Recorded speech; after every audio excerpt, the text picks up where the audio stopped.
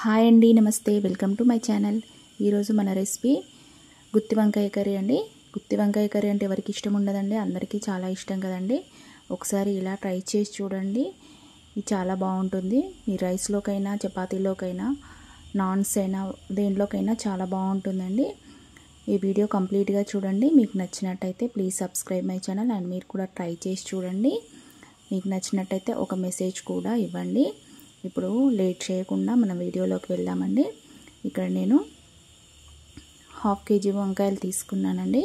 1/2 kg వంకాయలను ఇలా ఘాట్లు పెట్టుకొని సాల్ట్ వాటర్లో వేసుకోవాలండి. ఇలా సాల్ట్ వాటర్లో వేసుకోవడం వల్ల వంకాయలు నల్లబడకుండా ఉంటాయి. ఇప్పుడు ఒక ప్యాన్ తీసుకొని దాంట్లో 2 స్పూన్స్ పల్లీలు వేసుకోండి. ఈ పల్లీలను బాగా వేయించుకోండి. పల్లీలు వేగడానికి కొంచెం టైం పడుతుంది కాబట్టి ముందుగా వీటిని బాగా వేయించుకోండి.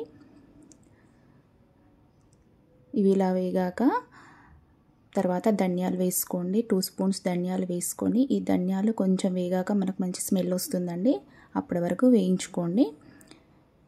ఇప్పుడు ఇవి వేగాక మనం ఇక్కడ 2 స్పూన్స్ నువ్వులు కూడా వేసుకోండి. ఈ నువ్వులు తొందరగా వేగుతాయి కాబట్టి ఇవి చివరిలో వేసుకోండి. ఇవి కొంచెం చిటపటం అనే వరకు బాగా వేయించుకోండి. ఇవి ఇలా వేగాక వీటిని చల్లారబెట్టుకొని ఒక మిక్సీ జార్ తీసుకొని దాంట్లోకి ట్రాన్స్ఫర్ చేసుకోండి. వీటన్నిటిని చల్లారాక ఇవన్నీ ఇలా వేసుకున్నాక మిక్సీలో ఇక్కడ నేను ఒక పెద్ద సైజు ఆనియన్ కట్ చేసుకున్నానండి. ఇది కూడా దీంట్లో వేసుకోండి. ఆనియన్, కొంచెం అల్లం ముక్కలు, ఒక 5-6 వెల్లుల్లిపాయలు, 1 స్పూన్ జీలకర్ర, కొంచెం దాల్చిన చెక్క, 4-5 లవంగాలు. మీకు మసాలా ఎక్కువ కావాలంటే ఇంకా కొంచెం ఎక్కువ వేసుకోండి. కొంచెం కొత్తిమీర, 1.5 స్పూన్ కారం, 1.5 స్పూన్ ఉప్పు కూడా వేసుకోండి.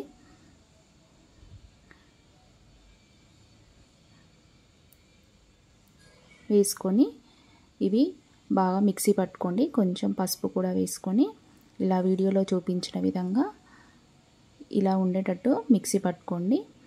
ఇప్పుడు ఇదంతా మనం ముందుగా కట్ చేసుకున్న వంకాయల్లోకి స్టఫ్ చేసుకుందామండి. ఒక దాంట్లోకి ఇలా స్టఫ్ చేసుకోండి.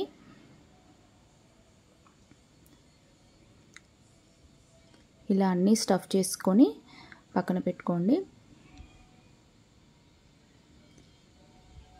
ఇప్పుడు ఒక ప్యాన్ తీసుకొని దాంట్లో ఒక 5-6 స్పూన్స్ ఆయిల్ వేసుకోండి. ఈ వంకాయ కర్రీకి కొంచెం ఆయిల్ ఎక్కువగా పడుతుందండి. ఆయిల్ వేసుకొని వీటిని ఒక్కొక్క దాన్ని స్టఫ్ చేసుకున్న వాటిని ఒక్కొక్క దాన్ని దీంట్లో వేయండి. ఇలా ఒక్కొక్కటిగా వేసుకోండి. ఇలా అన్నీ వేసుకున్నాక అది మూత పెట్టుకొని కొంచెం వంకాయలు రంగు మారే వరకు అలా మూత పెట్టి ఉడికించుకోండి. ఇప్పుడు వీటిని ఇంకోవైపు కొంచెం టర్న్ చేసుకోండి ఒక్కొక్కటిగా.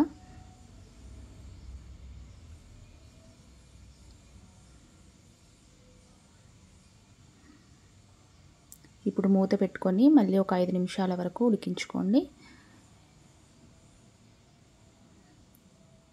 ఇప్పుడు మూత తీసి చూడండి.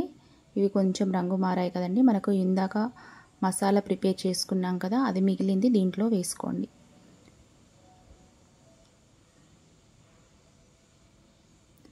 ఇదంతా వేసుకొని అదే మిక్సీ జార్లో కొంచెం వాటర్ వేసుకొని దీంట్లో వేసుకోండి. వాటర్ వేసుకొని ఒకసారి కలుపుకోండి.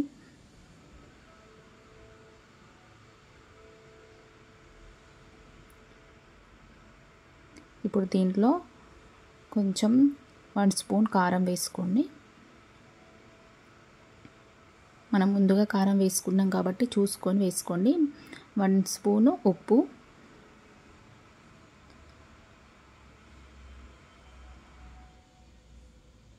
వేసుకొని ఇలా బాగా కలుపుకోండి. ఇప్పుడు ఒకసారి మూత పెట్టుకొని ఒక 5 మినిట్స్ వరకు ఉడికించుకోండి. ఇప్పుడు 5 మినిట్స్ అయ్యాక చూడండి బాగా ఉడుకుతుంది కదండి. ఇప్పుడు దీంట్లో నేను కొంచెం చింతపండు రసం తీసుకుంటున్నానండి. నిమ్మకాయ సైజ్ చింతపండు రసం తీసుకొని దీంట్లో వేసుకోండి. ఈ చింతపండు రసం వల్ల ఈ కర్రీకి మరింత టేస్ట్ వస్తుందండి. వేసుకొని మూత పెట్టుకొని 10 మినిట్స్ వరకు ఉడికించుకోండి. ఆయిల్ మీద తేలే వరకు ఉడికించుకోండి. ఇప్పుడు చూడండి బాగా ఉడికింది. ఆయిల్ కూడా మీదకి తేలిందండి. ఒకసారి కలుపుకొని ఇప్పుడు ఒకసారి ఉప్పు కారం అన్నీ చూసుకోండి. మళ్ళీ ఒకసారి చూసుకొని వేసుకోండి. అవసరమైతే మళ్ళీ కొంచెం వేసుకొని మూత పెట్టుకొని ఒక 5 మినిట్స్ వరకు ఉడికించుకోండి.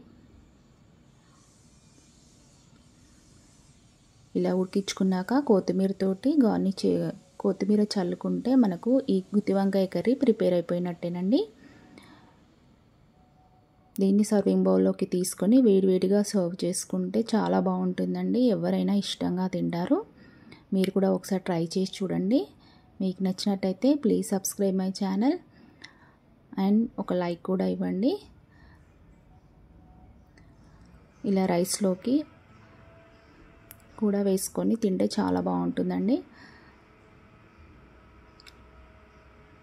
మీరు కూడా ఒకసారి ట్రై చేసి చూడండి. మీకు నచ్చినట్టయితే ఒక మెసేజ్ కూడా ఇవ్వండి. Thank you for watching.